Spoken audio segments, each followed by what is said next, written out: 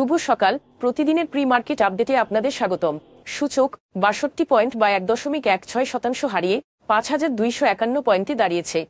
সেই সাথে গত দিনের তুলনায় বাজারের তারল্য ৩৬.৪৭% কমে ৩২৩ কোটি টাকা হয়েছে। কোম্পানির মালিকানা ও নিয়ন্ত্রণ নিয়ে চলমান দ্বন্দ্বের মধ্যেই আদালত কর্তৃক জারিকৃত ১৪৫ ধারার আদেশ উপেক্ষা করে পুঁজিবাজারের তালিকাভুক্ত কোম্পানি বেঙ্গল ফাইন সিরামিক্স লিমিটেডের কারখানা দখলের অভিযোগ উঠেছে পুঁজিবাজারের তালিকাভুক্ত আরেক প্রতিষ্ঠান সি পার্ল বিচ রিসোর্টের মালিকপক্ষের বিরুদ্ধে। উল্লেখ্য যে ২০০৯ সালে বেঙ্গল ফাইন সিরামিক্স লিমিটেড কোম্পানিটি মোটা অঙ্কের দায় মাথায় নিয়ে বন্ধ হয়ে যায়। ফার্মা এইডস ব্যবসা সম্প্রসারণ এবং তার উৎপাদন ইউনিটকে আধুনিকীকরণ করতে ১১,৩৮,০০,০০০ টাকায় ১০৩ ডেসিমেল জমি ক্রয় করতে যাচ্ছে।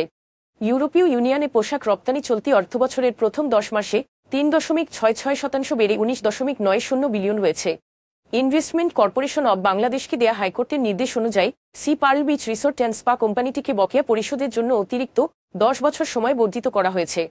দায়ের পরিমাণ ছিল এপ্রিল পর্যন্ত ৪৩৮ কোটি টাকা। এখন এ পর্যন্তই। বিকেলে আবারও আসছি ডেইলি মার্কেট আপডেট নিয়ে। সে পর্যন্ত আমাদের সঙ্গেই থাকুন। ধন্যবাদ।